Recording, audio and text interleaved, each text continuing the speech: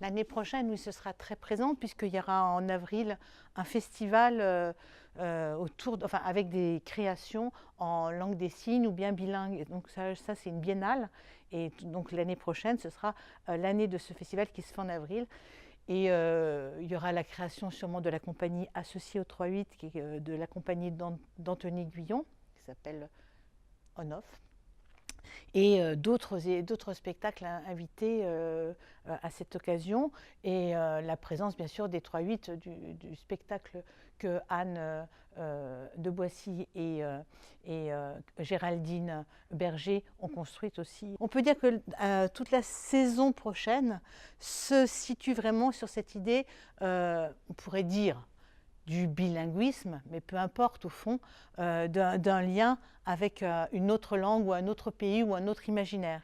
Parce que dès le début, nous espérons accueillir un projet que l'auteur, metteur en scène Samuel Gallet conduit avec des artistes chiliens. Il est parti en résidence d'écriture là-bas et normalement, en partenariat avec Sens Interdit, il travaillera avec nous là-dessus. Après, j'espère que je vais faire une mise en scène avec des artistes mexicains qui sont présentés à Mexico en septembre et nous devons pouvoir les accueillir en janvier, février. Je pense que nous en profiterons pour faire découvrir, entendre des écritures tout au long de la saison, des écritures dans une langue et leur première traduction. Je pense que ce sera un acte. Et puis évidemment, la langue des signes, qui est sur la même thématique au fond.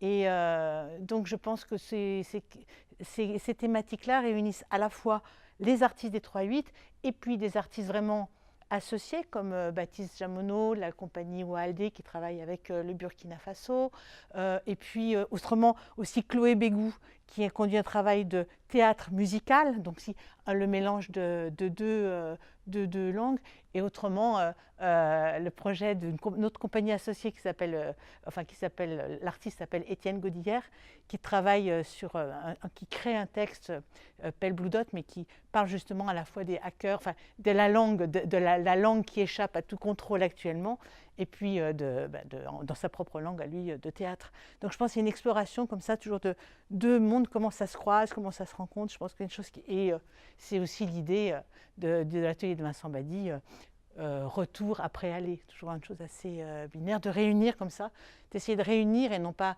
donner comme des choses séparées, mais réunir un même mouvement, quelque chose qu'on a beaucoup dans l'art baroque, là c'est parce que je suis sur mon monstre, mais on a à la fois la chose et son contraire qui sont exprimés dans un même mouvement.